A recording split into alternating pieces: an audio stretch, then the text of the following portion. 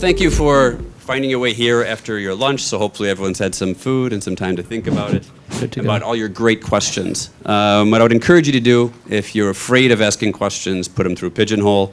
If you're brave, feel free just to raise your hand or interrupt at any time. Let's make this fun. There's a small group here, so any topic you want to cover, we're more than happy to do it. You've heard enough from me. Why don't I let these guys introduce themselves and their companies a bit before we get started. So Eugene, over to you. Eugene Borohovich, and I always advertise my Twitter. It's Health Eugene, so you can just chat with me there. Just 30 seconds. I grew up in tech, had my own startup in US in the healthcare space, and now I'm with a company called SoftSurf. The company does product and application development for our clients. Hi everyone, I'm Laurent Le Pen. I'm the founder and CEO of Omate. So we are a wearable tech startup based in Mountain View, Shenzhen and Hong Kong. And we design wearable modules, so mainly for smartwatches. And we team up with brands, fashion brands, jewelry brands, who are like more legitimate on the fashion and jewelry side. And we are focused on the tech. So we are 20 people, and everything is going pretty well. So, okay, Nicholas. Good. My name is Nicholas Wodke, and I head up. I work at Samsung, and I head up the Media Solutions Center here for the Southeast Asia Australia region, and we're responsible for creating media solutions for our hardware, whether it be mobile phones, tablets, wearables, VR, televisions, etc. Okay, so let's see who's wearing a wearable. So raise your hand if you have a wearable on right now. I raise two. You can raise two. You have to raise quite a few, I think. You have two. Okay, so you've got what do you got, a band and a watch? Okay, what are you wearing? Fitbit Charge, okay. I apologize for my Fitbit comments this morning. I hope it didn't offend you. Anyone else have their hand up there? What are the devices we have? it's really a minority. That's it? No Apple Watches? Okay. All right, well, Eugene, why don't we go to you? So I was going to ask you, like, which device do you use? But I have to say it plural because you have multiple devices on you right now. So what do you use, or what have you used in the past? Yeah, so through the Health 2.0, I don't know if anybody heard it, it's sort of started as a conference and a movement with chapters. I also met another movement around quantified self.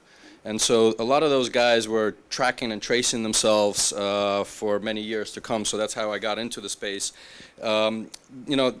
To me, it's really finding the right balance, and part of my job is to look at also what's really out there, and is it providing patient value at the end of the day, which is a whole discussion later on.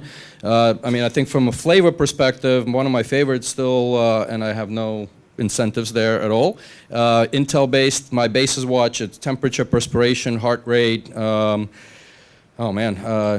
I can actually put it up on the screen later if I could. Misfit, which is what I love about this one is you just sort of forget about it. It's 6-7 months battery, and you can swim with it. Not that I go swimming and counting it. And this is the good old Apple Watch, and my Samsung is at home. Good. Okay, Laurent, how about you? I mean, me, I test all my devices, so I would say all the Omate products, obviously, and everything from the competition. So right now I'm wearing, this is a Omate Roma, actually the RON module.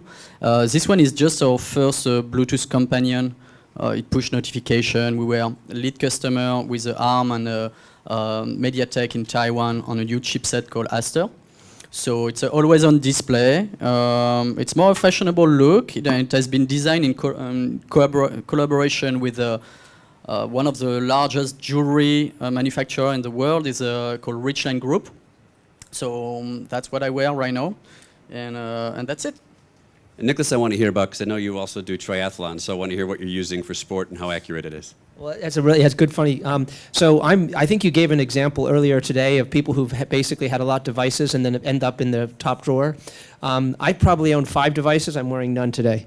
I do love, by the way, just for the record, I think the Samsung Gear, the new Gear watch is absolutely fantastic in terms of if you like watches. But personally, in terms of health and fitness, I just haven't found a solution.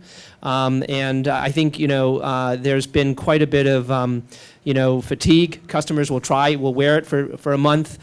In my case, I've had 3 or 4. I've given up on them all. A lot of times there's a bunch of different reasons for that. One of them is accuracy. I haven't really found a good health band yet that provides really accurate data. That's a problem. So if you are tracking, if you're doing triathlons or stuff like that, you really need a GPS-enabled watch to have a really good experience, and they're very expensive. So for me, it's been accuracy has been a key problem. And the other thing is that's been mentioned before too is intelligence. Providing information and providing information that's going to be relevant for me and right now, rather than just number of steps. Number of steps is actually not a particularly useful metric for me personally. I'd agree, because in Singapore, it's always 33 degrees every day, and I'm not going to go outside and walk 10,000 steps. But I think the challenge I have with some of the watches and bands that I've had is it's not accurate. It might do very well at capturing walking, or if you're cycling, like the Peak picks up whatever I go on my bike. But if you're doing any cross-training or something, it doesn't really work. So. Can I just add to the accuracy piece? So again, one of my favorites is the bases and the fact that I can actually sort of track in and out. But on the accuracy piece, every human being is different, right? And so if I look at my heart rate, even a resting heart rate, is it okay? Is it bad? Is it good? Is it different from others? And so I think that age of personalization is sort of coming with it, and I think the wearables, accurate or not, are enabling at least the data collection to get highly personal in the space. The one other wearable that I have that's quite different, I don't think many people would have, is it's called a Muse headband. I don't know if people have heard of it. It actually has 7 different sensors inside this thing. I can't really wear it around because I would look like a complete idiot, more so, I guess, than normal.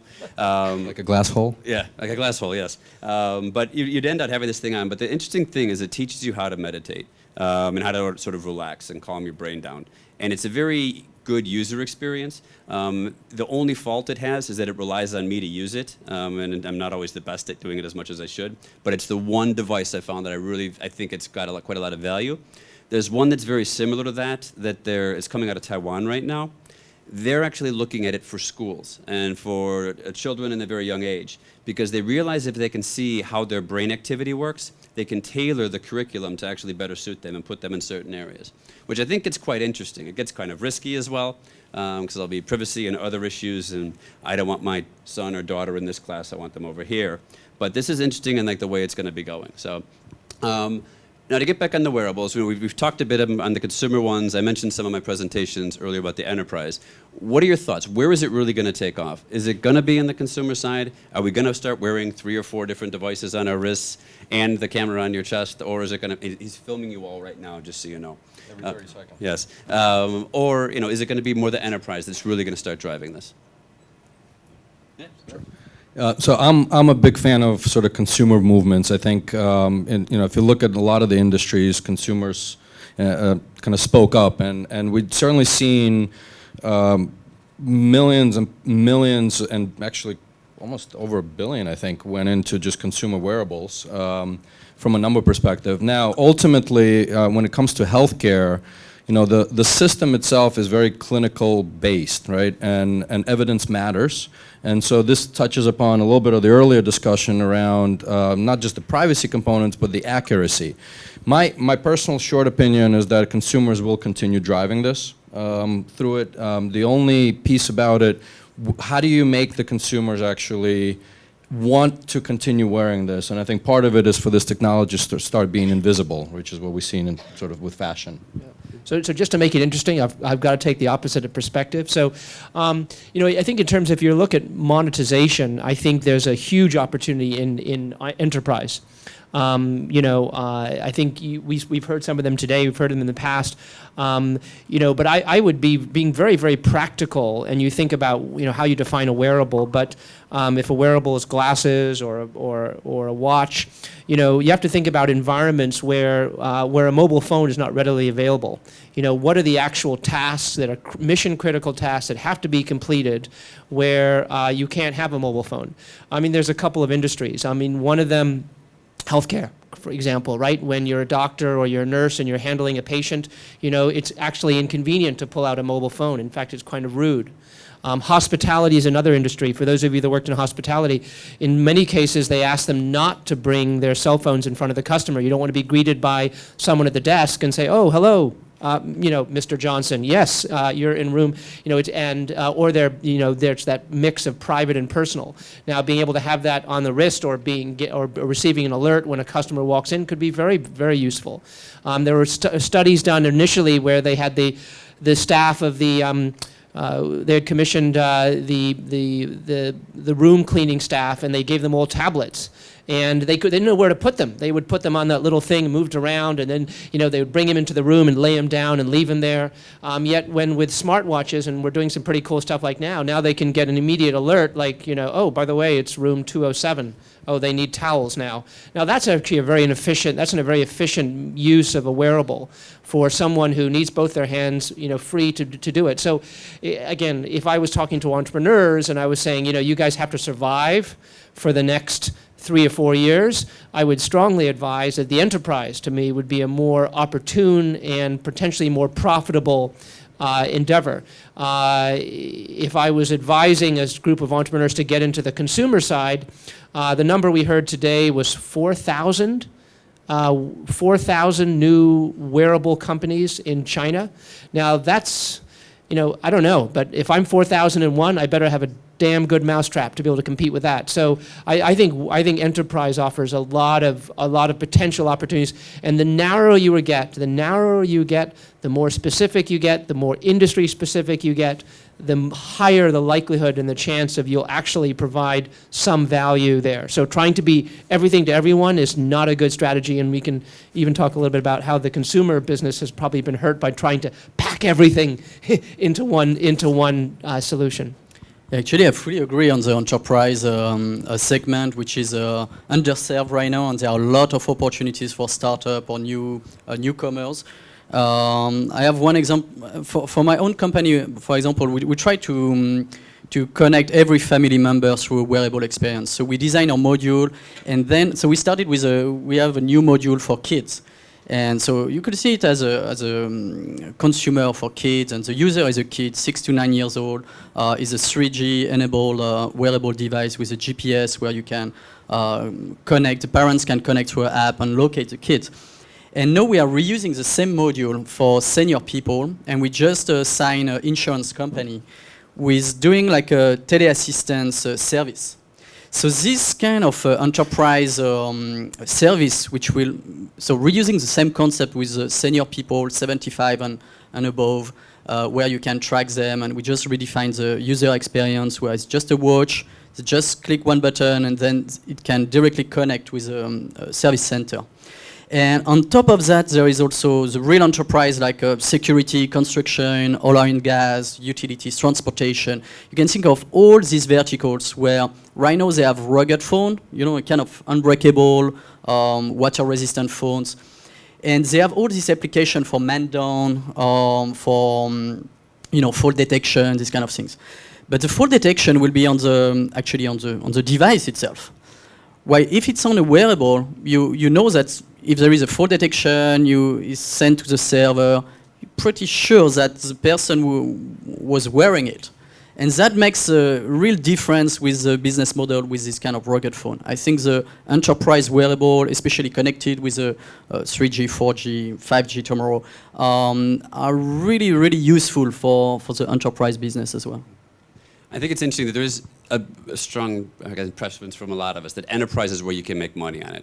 But if you think, if anyone was here earlier when we were talking about that Bosch example, they found a use case where somebody needed, a foam just wouldn't work in a manufacturing facility because they wear a jacket so they don't feel it vibrate and it's too noisy. If you have one of these wearables, sit there and look for those use cases and build it around that. Build your whole offering around a solution instead of the technology. Aiden, where it's been successful on the consumer side, I'm always a big fan of SK Telecom. I think they're one of the few operators in the world who actually know how to sell a solution instead of a piece of kit. They did some great things around elderly care management previously, linking in bands, but then they created a new health on service, and they went out and procured their own band, built in a solution application around it, got you to compete with your friends and family, And you could share that information back with your GP as well. So I thought that was an interesting one. But what they did is they took a technology, a band, and made it into a solution. People are more willing to buy solutions. So we have a couple other questions here. Let's pull up this one if I can. Active. Does it work? Okay, so the question is, do you see Google Glass, similar sort of wearables, becoming popular as current handphones? My answer is, I hope not, but I'll let these guys chime in and give me their views on the smart glasses. Can I just say no? And that's it. No, I think what we started mentioning earlier is around it just really needs to start being invisible. And certainly something like Google Glass, I personally had one and it was the bright blue one, so aside from it being on my face, made me stick out even further. Maybe the next generation of the actual contact lenses, and again, it's all about being invisible or fashionable, things that fit into your lifestyle. So I think no. For Google Glass, it's funny because they launched the Google Glass exactly when I set up my company, when we announced our first product, the True Smart. And because it was a standalone device, we could put actually the APK, the application of Google Glass on our watch, and we could run Google Glass. So you had, this would be, instead of connected with your phone, it would be connected with your watch. So it was a full connected standalone solution with a smartwatch, standalone smartwatch, and the Google Glass. I was not a user personally of Google Glass, but where they fail and where everyone will admit that they fail is they try very hard to be cool. And they were attending like a fashion show, etc. And they failed badly because they, what we understood on the same way at Homemade is that technology is what you carry, but fashion is what you wear. And this, if you look at the last few years, it has evolved, like all the wearables have evolved, is trying to merging all the jewelry or the watch aspect to make something more acceptable for more people. So Google Glass was a big no. Now they are moving to the enterprise business, I think, so, and I think it's the right way. And you can see that exactly on the same, like for friends of Samsung with the Galaxy S1, which was a curved, very geeky design, similar to a product, where very focusing on early adapters. And then you see the S2, which is a real piece of jewelry, which is really using the codes of the the watch. So I think Google Glass probably will not come, to the mainstream, will not become a mainstream product even in 10 years, I believe. They used to always say about the first generation of fitness bands and watches that it was very obviously that they were designed by engineers for engineers. They were bulky and they were black. It wasn't like anything that anybody fashion conscious would want to wear. So. Yeah, I would just say, never underestimate human apathy or lethargy. And I think the big rule of the wearables is that whatever you do in your current life, you have to build the wearable solution into whatever it is you do. And even if it's a millisecond or 2 milliseconds, it's extra time. Look at NFC technology versus, QR codes failed. QR codes have failed, right? And why do they fail? It's because it required you to take your phone out, line it up, open the app, and click it. Right? And that whole process took about 15 seconds. Done. Failure. Out. Move on. No one's got 15 seconds in their life. So when Google Glass came out and I was invited to their super hip downtown facility in New York about 2 years ago, whatever else, to test it out. And I remember getting and putting it on, and the first thing you're doing is people are going around tapping the side like this, and I'm like, well, no one really does this. So why are you asking people to do that? And, that was failure number one. And then the second example, they said, okay, well, the examples we were given as we were toured around was to go find an Italian restaurant in downtown Manhattan. And everyone's like, oh yeah, well, they reached for their phone and they said, well, it's right here. So why do I need to go, hello Google, yes, can you find me an Italian restaurant? Click, click, yes.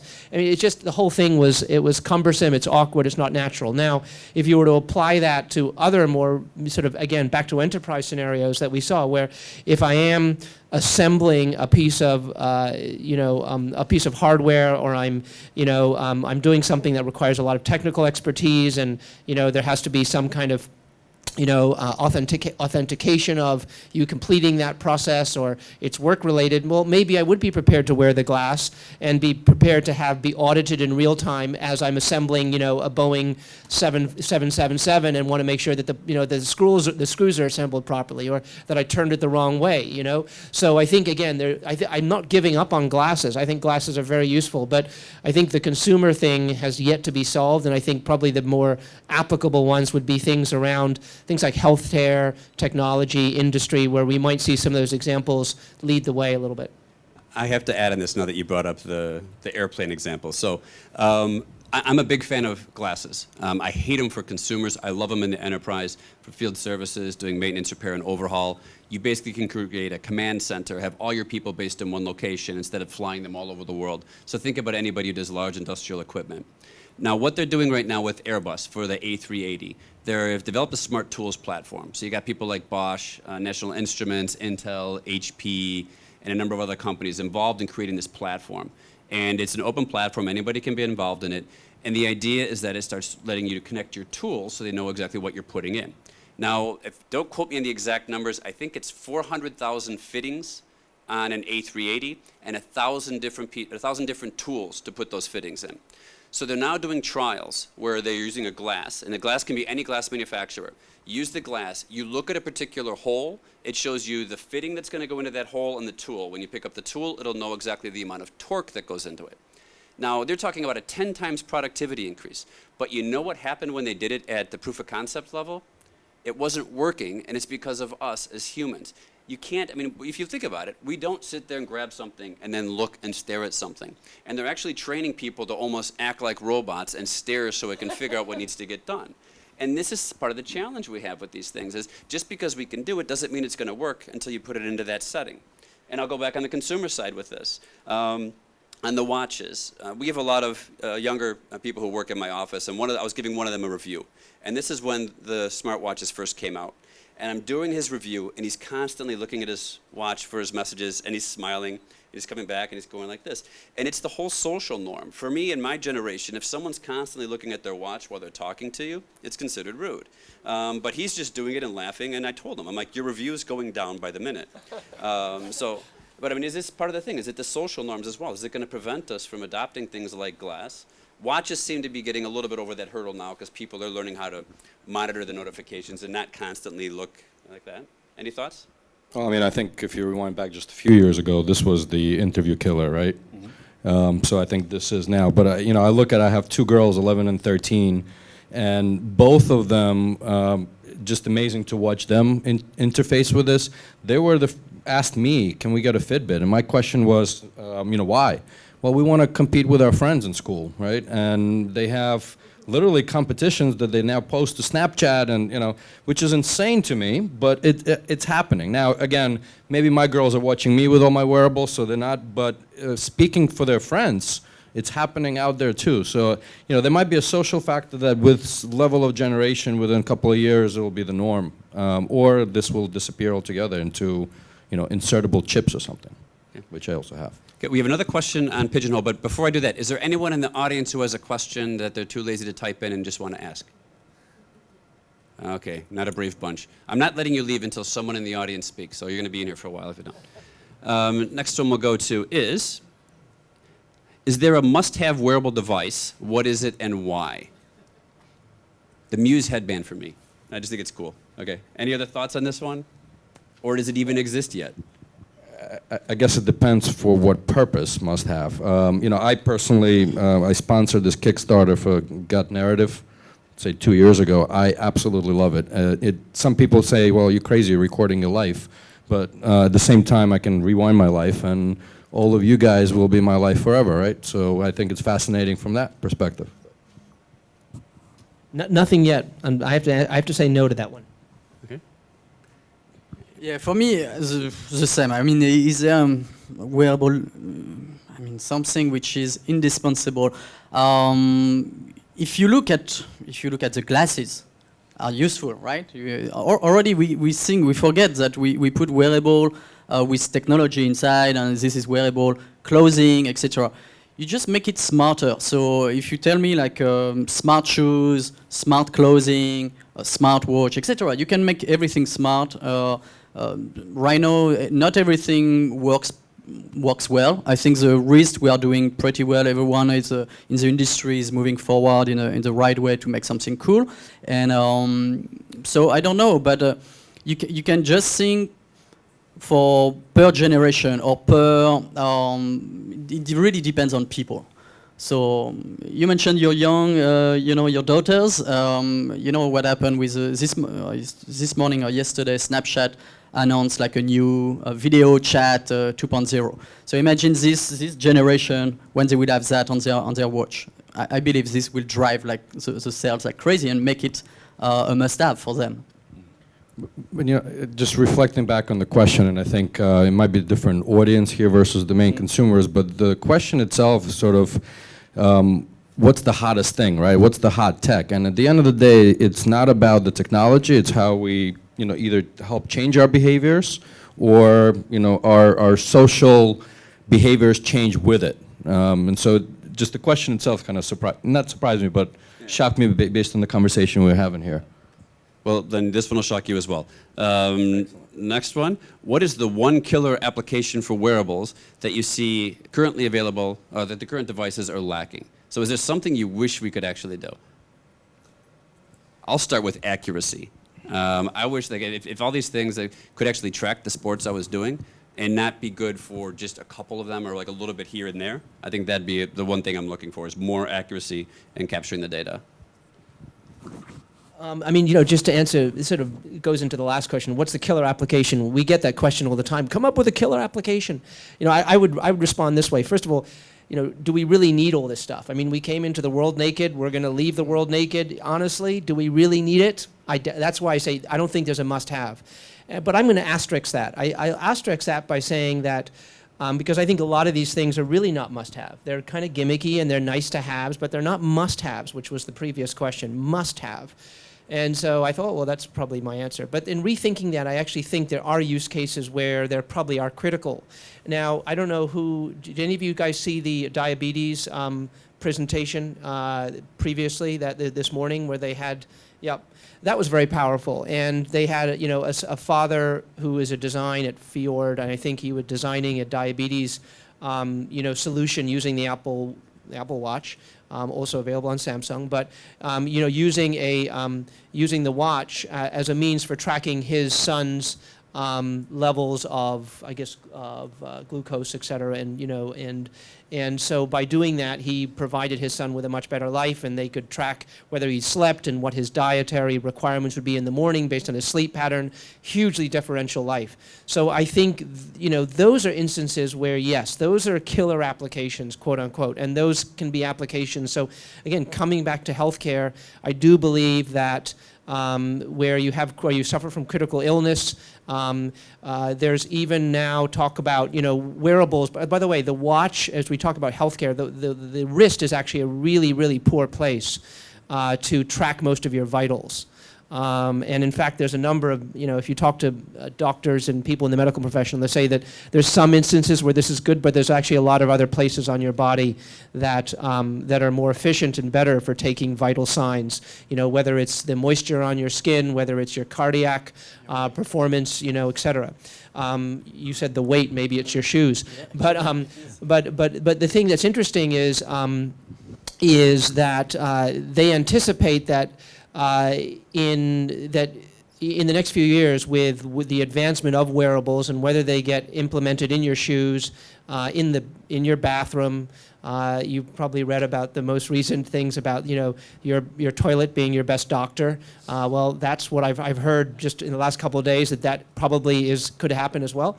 But imagine imagine if all those sensors were active for them to being able to identify that you're about to have a heart attack 2 hours before you have a heart attack. And imagine that based on your personal waste or based on the cardiac performance or the moisture on your skin or how much you slept that night, you are a high probability to have a heart attack within the next 2 hours. And imagine at that point that the medics are dispatched to your home and they arrive and you're sitting there reading the paper and they're like, sir, you need to come with us.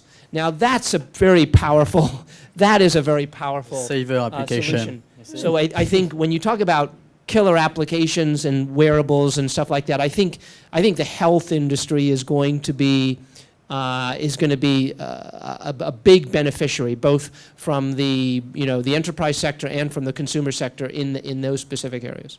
And actually, just to tack on to that a little bit, LifeCore is a company, I don't know if anybody's familiar with it. It used to have something that you put on your phone and hold down to measure your EKGs. So they're releasing very shortly something for smartwatch band, and that's exactly, and it's great accuracy, right? So it's going to be FDA approved and the whole thing. So I mean, this is real. It's not out there. So I do think if you look for that killer app, everyone's going to have a different one. If I have some certain type of a medical condition, the app that actually helps me to improve my life, that becomes a killer app for me.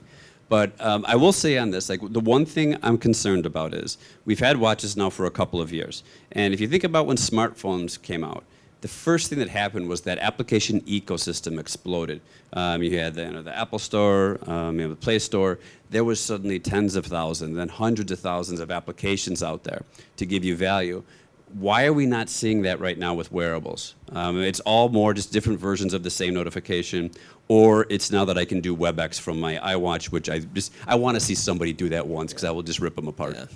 I think I can answer. I think I can answer that. I've sort of come to the conclusion that a couple of things. But the wearables are really they serve two purposes. One is to collect information, I believe, primarily to collect information, and then secondly to distribute tiny bite-sized pieces of information. And when you have a screen which is about this size, right?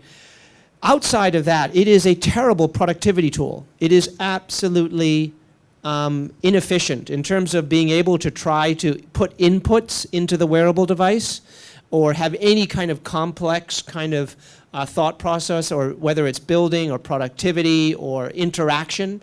It really is not a very good device for that. So I think when you thought about the Apple Store and Samsung and the Android and how we built those stores, a lot of them was because we were dealing with an interface that provided a lot of chances for interactivity, a lot of things to do, to build, to create. So applications and services became very rich very fast. Right now, and I think Charles is correct, is that it is primarily either A, it's collecting information, or B, it's providing a tiny bite-sized notification. So the efficiencies and what's going to happen right now is you're going to see all the apps in the App Store are going to say, well, now I am going to deliver a bite-sized piece of my total solution to a screen that's this size. So CNN, yeah, I'll give you the latest news. Message Center, yes, I'll send you a message center, right? Pick one. Sports fans, do I want to have, the recent score that happened with, the Man United game? Sure. But outside of that, as a productivity tool, I think we're really working hard to solve a problem we may not be able to solve. I agree with you full-heartedly, but I'm wondering if there was a person like yourself sitting in 1987 saying the same thing about a phone. Possibly.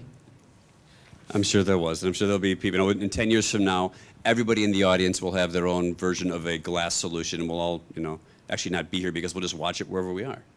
Maybe? Okay. So back to the enterprise side of it again. Now, we've talked a lot. I think we all agree that healthcare is where there's going to be some great opportunities for driving value in this. Is there any other industries where you could see wearables taking off, whether it's for just sort of people tracking, locations? Any thoughts on those? I'll stick to the healthcare because we talked about just a couple of use cases, but I want to also mention a few others. Think about drug development and clinical trials, right? So gathering a lot of the information from the patients during the clinical trials. Health insurers are now doing some kind of incentive schemes on just walk-in, and the accuracy doesn't almost matter, but to get people moving. Those are sort of other sub-verticals within healthcare. I'm not an expert. I can ideate about others, but I'll leave. So I will give an example. For example, on the Homemade TrueSmart, we got one of our customers. We bought 50 units, and ask for new cradle, for the charging cradle. And we are very surprised to have this kind of, it's a big order for B2C, you know, when you receive this order and you feel, why does this guy need 50 units? And actually he's doing like, he's a forwarder for, he use it on the boat with an application, an Android application, to make a push-to-talk.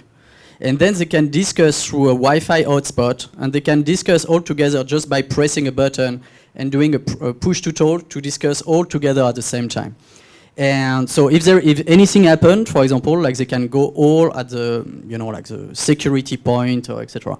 But there are multiple enterprise ideas which can come out of that. I mentioned like here is the security, but people, for example, like security guards who have like you know, in the mall or in any kind of a building, to take care of a building. See something, it's very easy like to press a button to send an alarm when it's on your wrist. Like there is no panic of having a product that you have on, you know, in your pocket or etc. But there are many more. You can think a nurse also, which could go right now just like to check in also in for patient, both for patient or for the nurse, to say like you know, people who go into the house like to check patient, etc. I think wearable in enterprise, huge opportunity, as you mentioned. I do the same also with other startup founders, where I tell them, if there is one big opportunity, go there, go on the enterprise, because consumer, or if you want to do another fitness tracker, you know, it doesn't make sense. All the big guys are there. If you want just to do like a counter. The health, of course, is very, personally, I don't want to touch to health because it's very, very critical, I believe. I leave that to professional people on the software side, on the hardware side. I'm more interested on the other verticals. So as I mentioned, security, construction, oil and gas, utilities and transportation. Yeah. One area, if anybody if you're sports fans here, I mean, sports is pretty exciting. They're using wearables. I mean, it's more entertainment, really. Sports is really entertainment, but they're doing some pretty interesting things. A couple of use cases. I mean, Under Armour, by the way, if you track Under Armour, they've been buying a lot of fitness apps. They're basically putting the technology and interweaving it into the cloth in itself. So your heart rate, your acceleration, your accelerometers, those will all be built into their shirts. Very exciting. Within the sports field itself as well, there's soccer balls you can buy now that will track the rotation of the ball. So if you're interested, go to YouTube. My son loves them. But you can buy soccer balls that will tell you, exactly how to hit that bend it like Beckham shot. And the speed, the velocity of the thing. There's also medical examples in sports. For those of you that track the NFL, there's been a lot of controversy in the NFL now about concussions. And so using sensors in the helmet now, they're able to detect much earlier. If it's kid, often when you make a contact with someone in the head, in the helmet, sometimes the kid walks up and feels fine. Well, the sensor will say, actually, it's not fine. We're going to take you off the field. So now that they're considering about implementing that into Little League. Tennis fans here, big tennis fan, but Babolat, for example, has accelerometers into their rackets. I think they're available consumer now, so I've tested some of those out. So you can literally be hitting a ball and against a backboard, and then they'll come back and they'll tell you exactly, they'll show you where you're hitting it on the strings, they'll tell you the acceleration of the racket upon impact, they'll tell you about where your forehand or your backhand is. So I think sports you're gonna see a lot more IoT in sports, and you'll start seeing some of that visualization of data. If you think about esports now, people love data, but imagine now, baseball or basketball, soccer, tennis, whatever it is, taken to the next level. I mean, F1 is probably the best example of that too, where you're starting to see all that data being fed directly to the customer, so you can see all the information about the car, the performance, the tires in real time while the driver is driving. So I think sports is another area that's pretty exciting. This one other, sorry.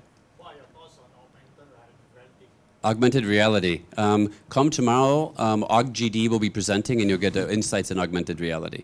But in augmented reality, definitely, there's a lot of use cases for it. A lot of it's been done traditionally on tablets for doing things around construction industry, commercial real estate.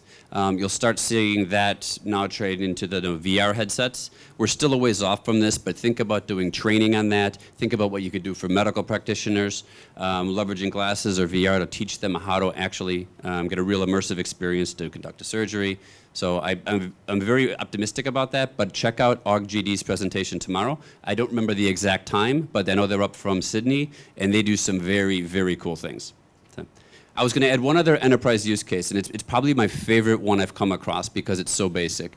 And there's actually two companies that did it. The first one was a company called Intelligent M, which basically just used a basic band with an RFID tag on it.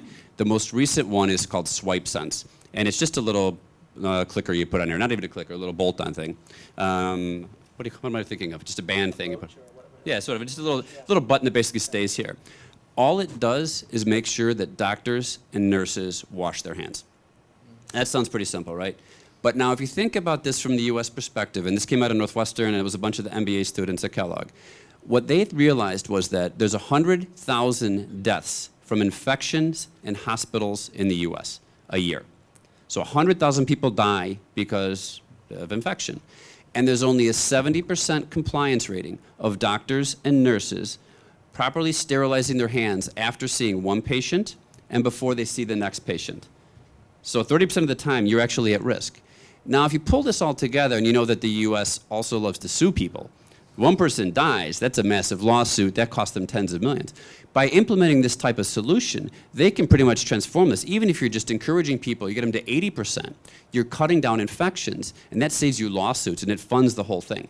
So you've got places like Northwestern Medical Center, some of the other top hospital groups implementing this. And even if you're in a triage situation, they have another sterilizer here that you can actually go in there and it'll sterilize your hands for you, and you can carry it on you. And the doctors don't have to do anything. It knows when you're in proximity of that. So it's leveraging beacons as well.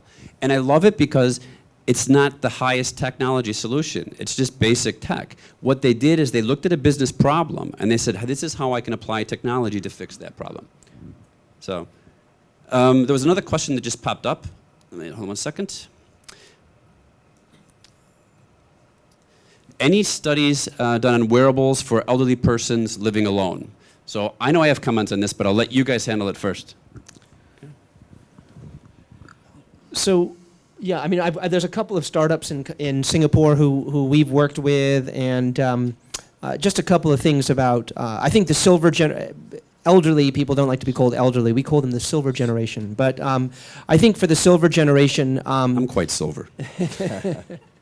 I think for the silver generation, here's what we found out. We found out that we found out a couple of things. We found out that they are not prepared. They feel very uncomfortable wearing wearables because they feel that their privacy is being tracked. And the elder generation came back, the feedback's been often very much like, if I'm doing this, are they observing me? Is someone watching me? Well, yeah, I don't feel comfortable in my own house. That's number one. The second thing is that we also found out that don't underestimate recharging, okay? Because it takes a lot of discipline when a wearable will last 24 hours, 48 hours.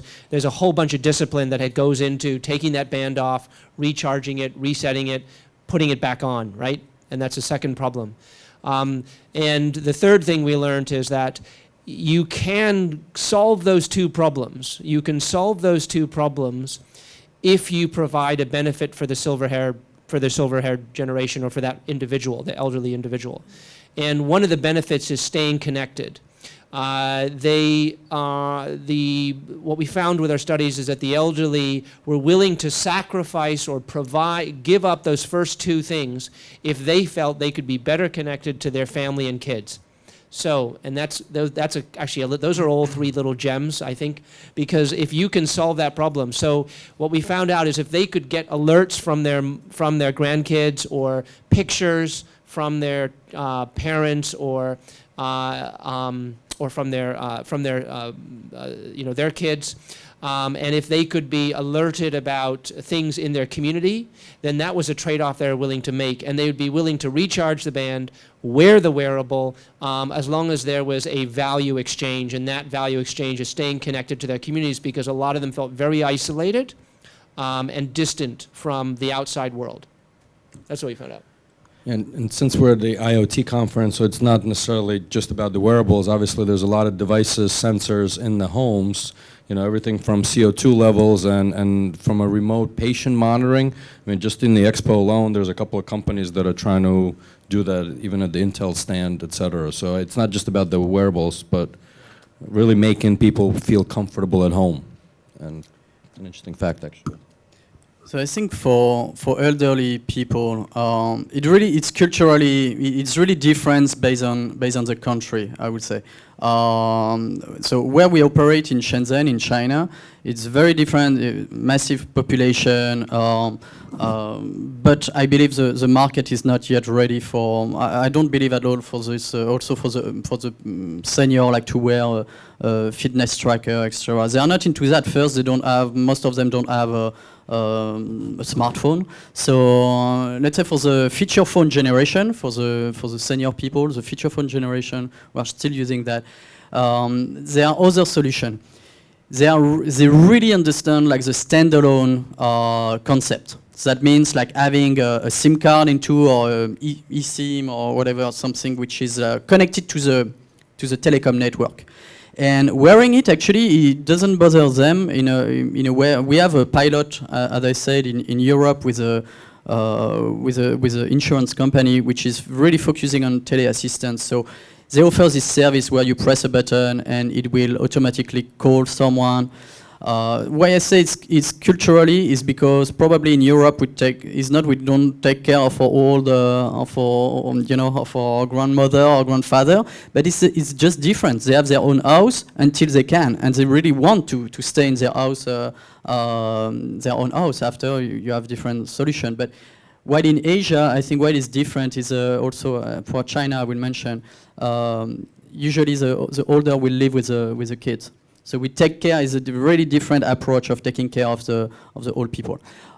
However, I believe the standalone device for the senior, it's a huge market for Europe and US in the next few years. There are already many solutions with this kind of big SOS button, in case of SOS if something happens.